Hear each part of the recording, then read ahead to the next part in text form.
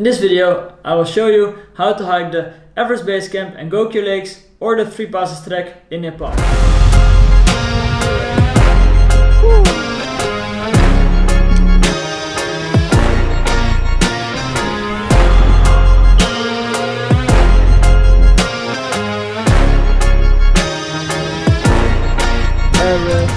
What is the Everest Base Camp trek or the 3 Passes trek?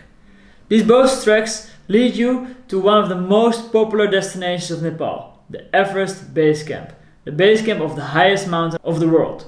The trekking through the Khumbu Region is supposed to be one of the most beautiful hikes you can make. It's certainly one of my favorite hikes I've ever done. You have beautiful sightings of the Annapurna, you can see the sunset on Mount Everest, you can see the special Gokyo Lakes. If you're lucky, very lucky, you can see a snow leopard, which I didn't. You can have beautiful days there. For most people, both of these hikes start at Lukla. You walk all the way to the famous town of Namche Bazaar, go to the right following the Tengboche Monastery, the Periche or Dingboche villages, to Lobuche, Gorakshep, and all the way to the base camp of the highest mountain, the Mount Everest. But that's a very short summary. Basically, you have the harder version and the medium version. The 3 Passes trek is the harder version, which is 180 km with 12,000 meters of elevation gain, and the highest point will be 5,644 meters. Then you have the Everest Base Camp trek with the Gokyo Lakes, which is a bit shorter and a bit easier, but also quite tough. This is 135 km with more than 9,000 meters of altitude gain. The highest point is the same at 5,644 meters. Later, I will discuss all the big differences. But how to get to this hike? Well, first you have to fly into Nepal. Most people fly into Kathmandu International Airport. From there on, you basically have two choices. Either you fly to Lukla, with the so-called most dangerous airport of the world, with a very short runway. This is around $180–190 one way for every person. And takes about 30 minutes, and it brings you straight to the starting point of the whole hike. But some people don't like to fly to this airport, have more time or want to hike more, and they start at Salari or Jiri. Because if you start all the way there, you can go with a car or a bus. There are some buses and cars driving all the way to Salari or Jiri. This will take around 24 hours more or less, and will cost you, I think, between $20 or $30. So it's way cheaper, but it takes quite a bit longer, and to hike from Salari to Lukla will also take you quite a lot of days. So if you have the time, you can start even lower at Salari, but I would say most people start at Lukla, and so did I. You can also fly there with a helicopter, but that's way more expensive and almost no one does it. If you're gonna fly, you can take the local airline Yeti airline to Lukla. Flights are almost always the same price, but the times are variable. So sometimes because of bad weather they fly later or earlier, and most flights always leave very early in the morning, so take this into your account. Then the big question you face straight away is, am I going to do it clockwise or counterclockwise? Well, most people do it counterclockwise, because that way you start with climbing a little bit more easily, you have the biggest climb a little bit later, and you're able to acclimatize better. Also, if you're going to Gokyo, you have to pass the Chola, and the Chola is way easier if you're doing the anti-clockwise route versus the clockwise route.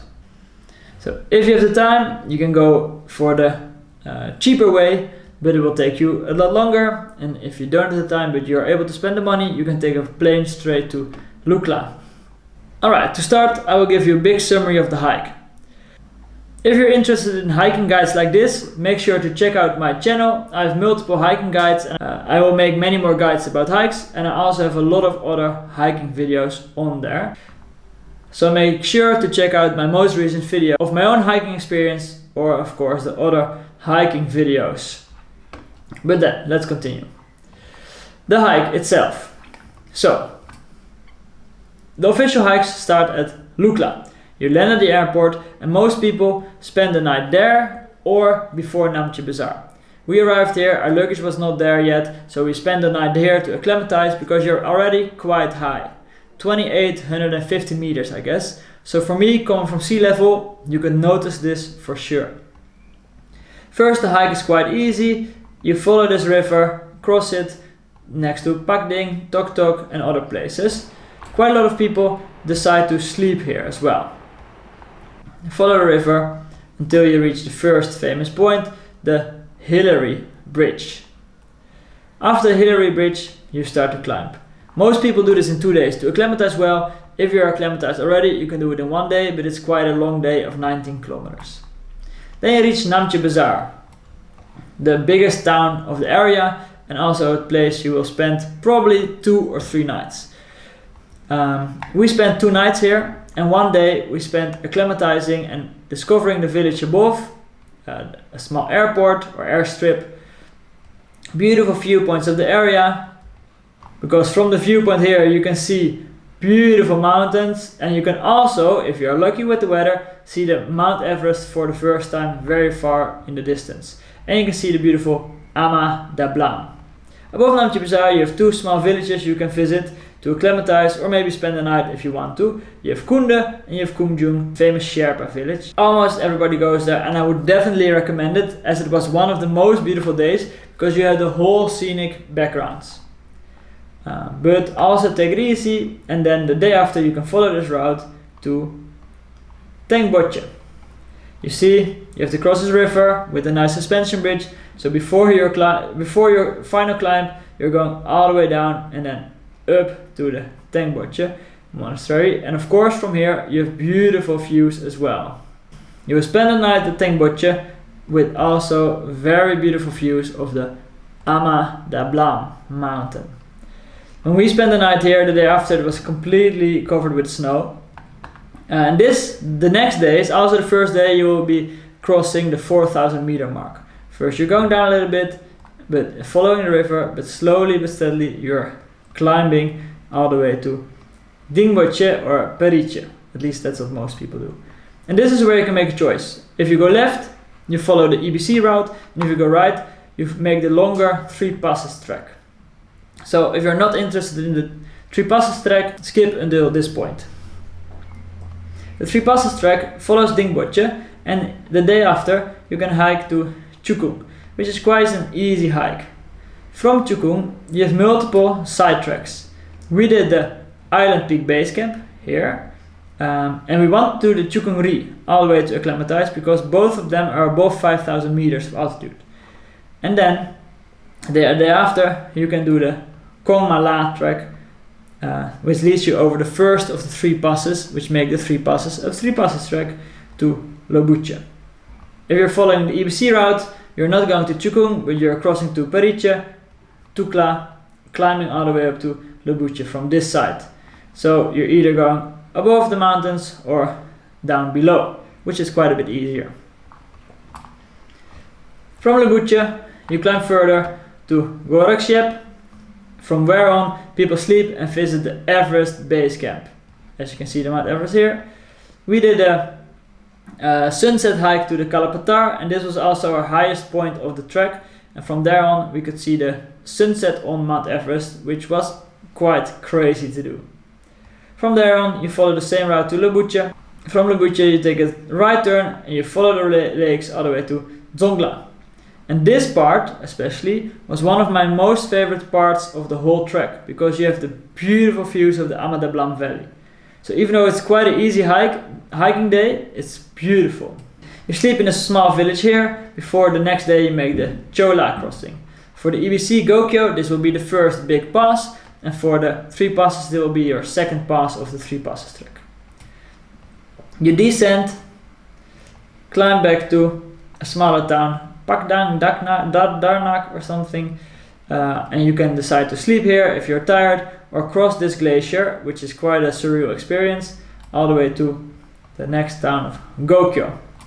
From Gokyo you can visit the Gokyo Reef, from which you can see 4 8,000 peaks at the same time. You can see the trail, and then you have multiple choices.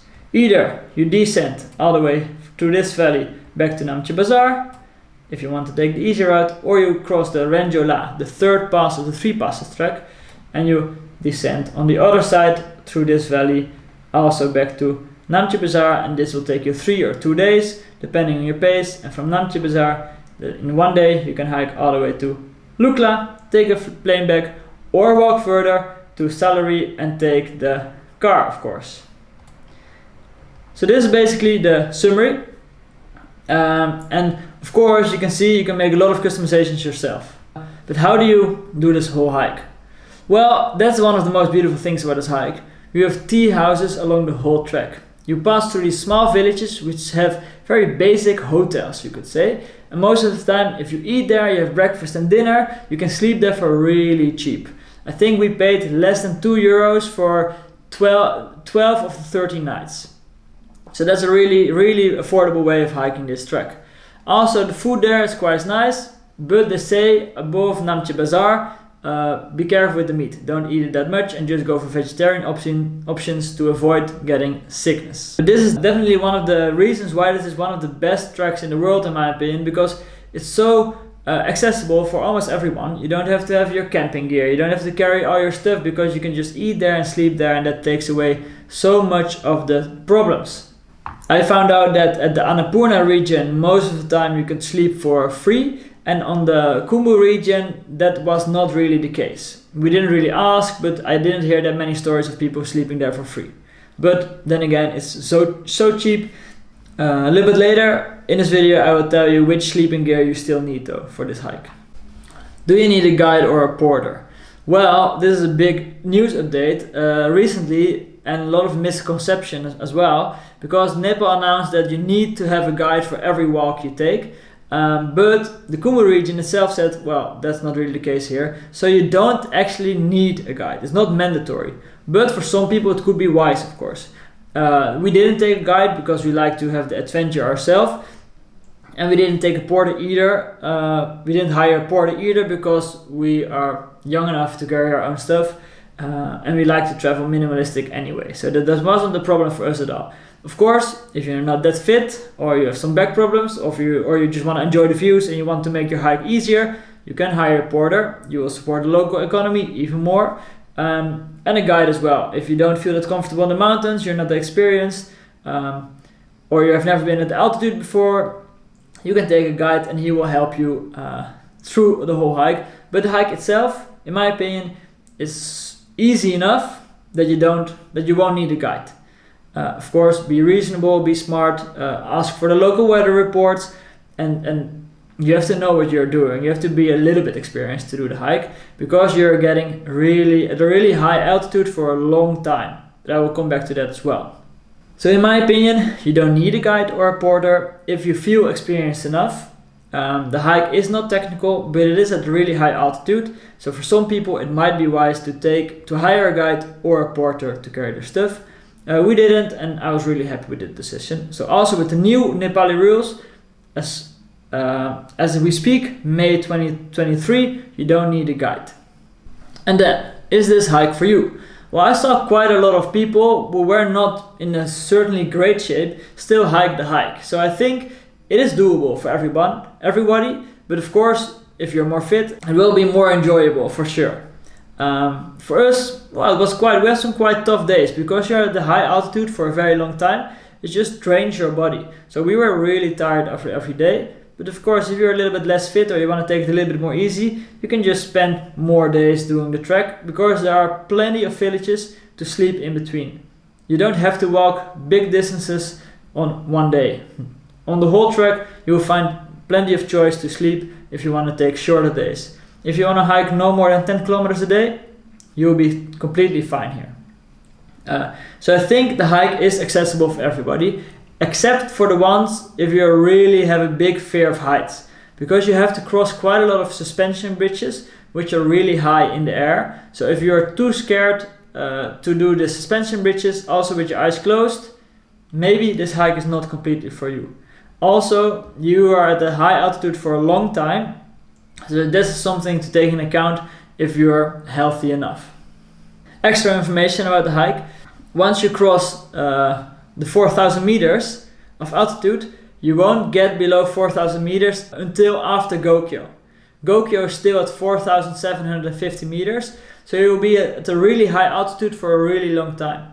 That's really something special, but also more difficult about this hike. It's not like the Annapurna Circuit where you're high once. No, you will be high the whole time.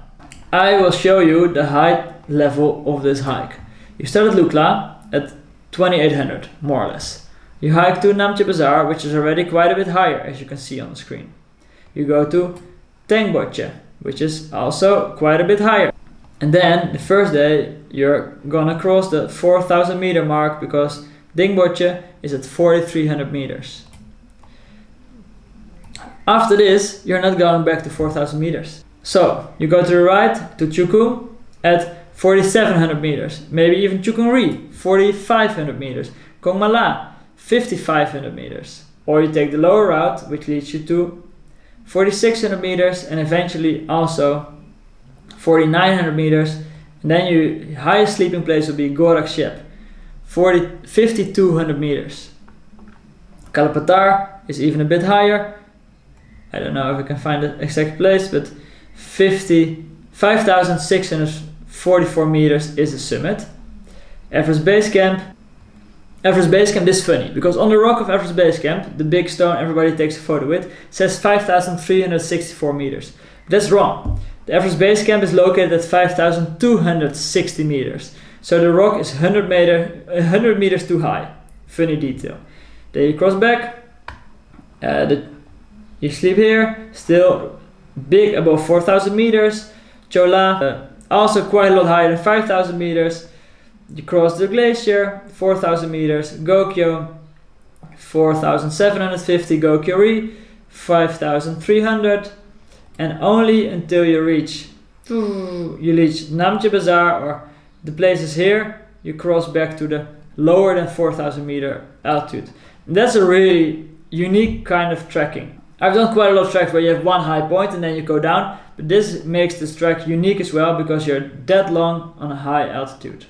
You have basically 4 seasons. Winter, which is not that popular because it's really cold and you can have a lot of snow. Spring, which is the shoulder season, less people, bigger chances of snow, but beautiful clear skies in the morning mostly. Evening or afternoon mostly, sometimes it gets a little bit cloudy. Summer, only rain, non-advisable, no views whatsoever. Then you have the fall, which is the high season of Nepal, the mountains of Nepal at least, because then you have the clear skies and the best weather. All the snow will be melted because of the summer. And it's a lot more crowded. So I like March, April. I've been to Nepal twice and twice in the same season. Not that many people and still great weather, but a bit less stable. You can go in October, November, most stable weather, but the most people as well.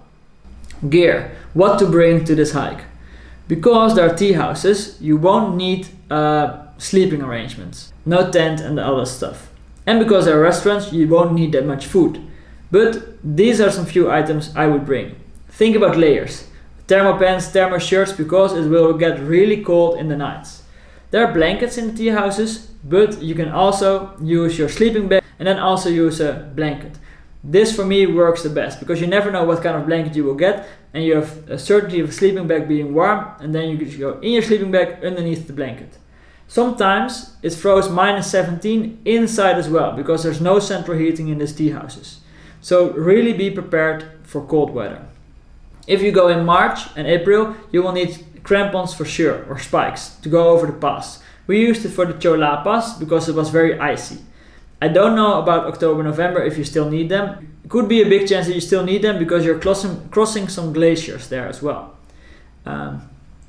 Use a life straw or equivalent water filter because that way you can just drink from the tap water. And you don't need to boil all your water, you can just ask, hey, do you have some water? And they give you some free water because it's unfiltered. You bring your own filter, easy enough.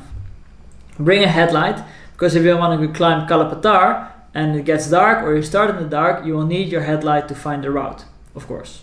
I also used the Garmin InReach Mini.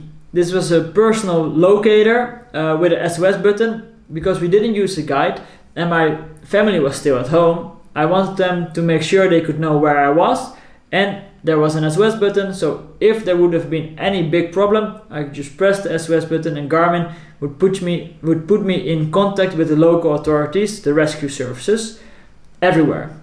You don't need cell service, you don't need internet, they will just bring you into contact through this satellite network.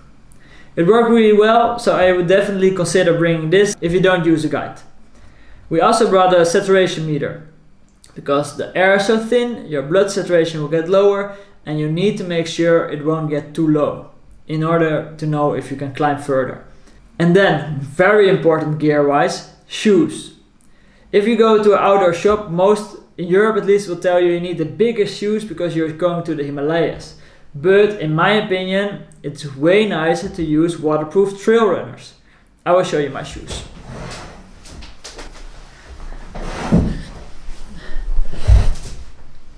I use this Gore-Tex Nike Trail Runner.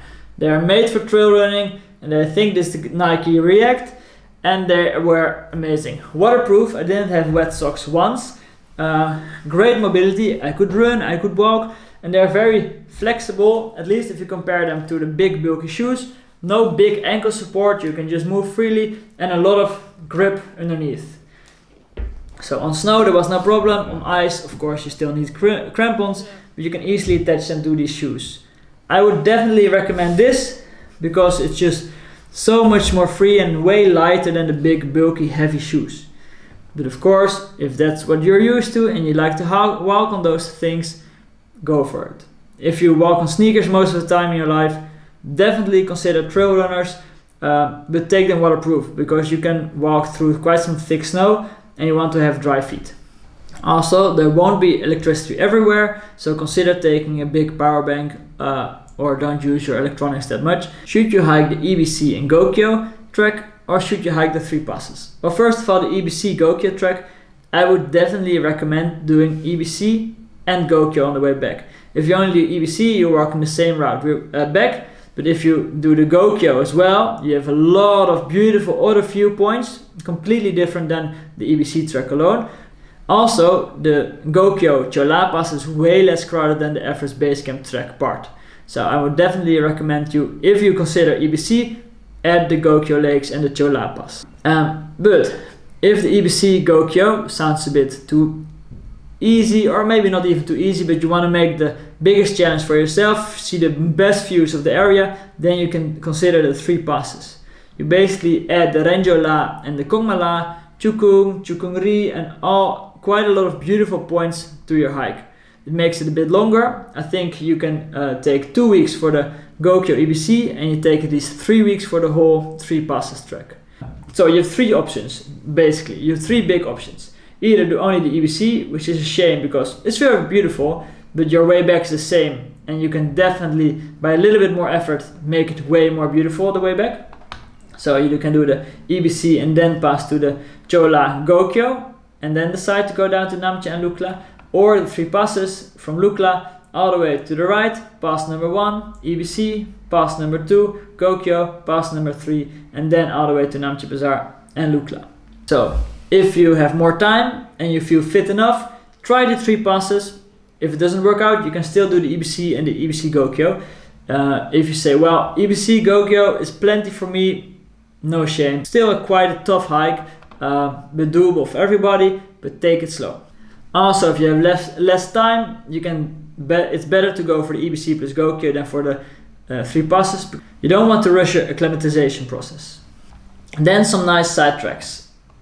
Well, from the beginning, you hike to Namche Bazaar. Then the first nice side track I would say is doing the Kumjung and Kunda walk around there, because the views are just very nice. Way better than I expected for the first day. Continue to Tengboche. And the day after you have the next big option, which is the Amadablam Mountain Base Camp, which is here. We didn't do this, but this would be a very nice side track. From Dingboche you can do a side track to the Nangkacha, your first 5,000 meter peak. From Chukung you can do the Chukungri or the Island Peak Base Camp, which are both quite nice hikes. From Gorakshep you can do the Kalapatar, which is the highest point of the trek, and I would definitely recommend to do this trek. You can either do it at sunrise and see the sunrise over the Himalayas, or do it at sunset and then you can see the beautiful red colors on the Mount Everest itself, which is also very nice. From Gokyo you can do the Gokyo-ri, which of course is a no-brainer, you should definitely do this, and continue to the nearest lakes or even the Cho-Oyu base camp, but we didn't do this, but it's supposed to be very nice as well. Then acclimatization. I'm not gonna tell that much about this because it's very medical and I'm of course not a medical expert, but the tactics we use were of course how we felt. If we felt bad or a bit nausea, headache or very tired, we wouldn't climb more, and if this would go worse we would descend straight away. Luckily this didn't happen, but we had our fair share of some headaches, and then we took really big resting days as well. So the big rules we used were above 3000 meters we wouldn't sleep higher than 500 meters in comparison to where we slept the night before, and every 1000 meters we climbed we slept for one extra night to acclimatize at the same place. This way we were not climbing too fast and we could use our own pace. Next to this we confirmed our fitness with the saturation meter, and we tried to keep this at least above 85%, which is for sea level really low, but for this was our safe margin we found on the internet. If you're hiking this in a group, which is also an option of course, don't rush. If you feel bad, don't go further. We saw so many people who hiked further and higher even though they were throwing up, tired, nausea, they weren't enjoying themselves, but because of the group they needed to continue. Don't do this. When we were in Lobuche, the town next to Gorakshep, someone even passed away in Gorakshep at 5200 meters because of altitude disease. So it happens every year that people underestimate this disease, so really ask your local doctor or some people with the right knowledge about how to prevent altitude disease. Then the navigation. The route is not marked really well, but you can ask every local or tourist even where to go and they will show you the way, because the route is easy but it's not marked that well. We used AllTrails to make the route. I also have the AllTrails route on my account on AllTrails. I made them in separate hikes because it's a long distance, and I sent all these hikes to my watch so we could just hike on our watch and this will tell us exactly where to go. We also used the Garmin InReach, but I didn't use it for navigation, only for location sharing with my family at home. My favorite spots of the whole trek. Well, first Lukla. Lukla is special because you have this small airport, you have the first views of the mountains, so Lukla was a special place for me straight away. Then Namche Bazaar was also very nice because you heard so many things about Namche Bazaar. But then the biggest surprise for me was on day 2 when we climbed to the Khumbu village. A little bit before Khumbu you have this great viewpoints at almost 3900 meters of the whole valley. This was definitely a big surprise for me and one of my highlights for sure. Then the day after we had quite a bit of bad weather, but when we woke up in Tengboche we could see Ama de Blanc very clear, and we had snow, which was quite lucky at the same time. So this was definitely one of my favorite parts of the trek so far. Then another really big thing for me was of course Everest Base Camp, even though I didn't expect Everest Base Camp to be this special because I thought it was too crowded, it was overhyped, but when we were there we were the only ones. And it was very beautiful because you have all these big mountains in your direct surroundings. And also Kalapatar was a really big highlight because this was the highest I've ever been. And seeing the sunset on Mount Everest is just very special. And then maybe the biggest surprise and maybe one of the best days was the hike from Gorakshep to Dzongla. You cross here and you can see all the way into the beautiful valley of the Ama de Blanc. So you pass here, you're coming from Gorakshep, crossing Lobuche, and then you can see this side of the valley. You can see where you came from and what you're leaving behind. This was a very beautiful place for me. And also Gokyo-ri, of course, was one of the highlights because you can have a very clear look at the whole mountain range. So definitely visit Gokyo-ri, and I think those were the biggest highlights for me. The pyramids of this region are very easy. You fly to Lukla, you start your hike. When you're about to leave Lukla, you have to pay your first pyramid, and then after I think a few kilometers you have to pay for your second pyramid, which are quite expensive, but it's very easy because you can just get them there. Then my biggest advice is, if you have the time, Go to the tourist bus stop, take a bus to Chitwan National Park, and take a full day jeep tour through the national park.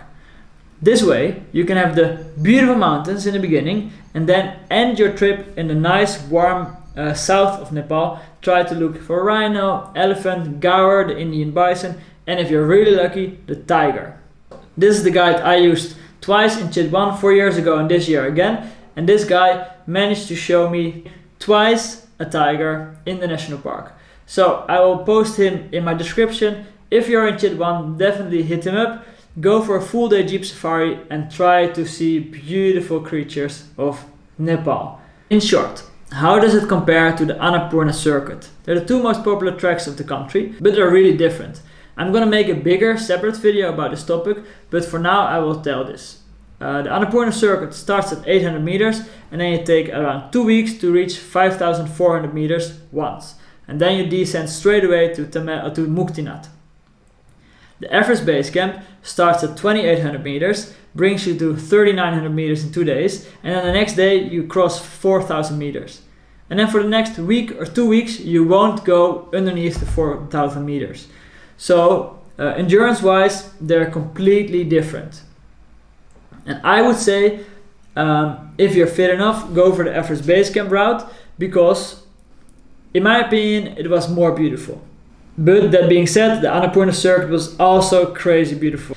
The big difference is the Khumbu region doesn't have any roads and the Annapurna region has one big road. This has some benefits and downsides. Benefits, it's a bit cheaper. The area is cheaper because it's cheaper to get your food there. The downside is there's a road. So there can be a bit of traffic. It's not that isolated anymore. They're both very beautiful, but if you have the choice, and if you have the money, because it's a bit more expensive also to fly to the Khumbu region, go for the Everest base camp trek. If you want to have a little bit of a cheaper or a little bit of an easier hike, but still very high and very beautiful, go for the Annapurna Circuit trek. Well, if you enjoyed this video, thanks a lot for watching. Check out my other hiking guides or the whole hiking video, of course. I'm gonna make a lot of more hiking guides, so if you're interested in how to do these hikes, follow along, subscribe, and thanks for watching.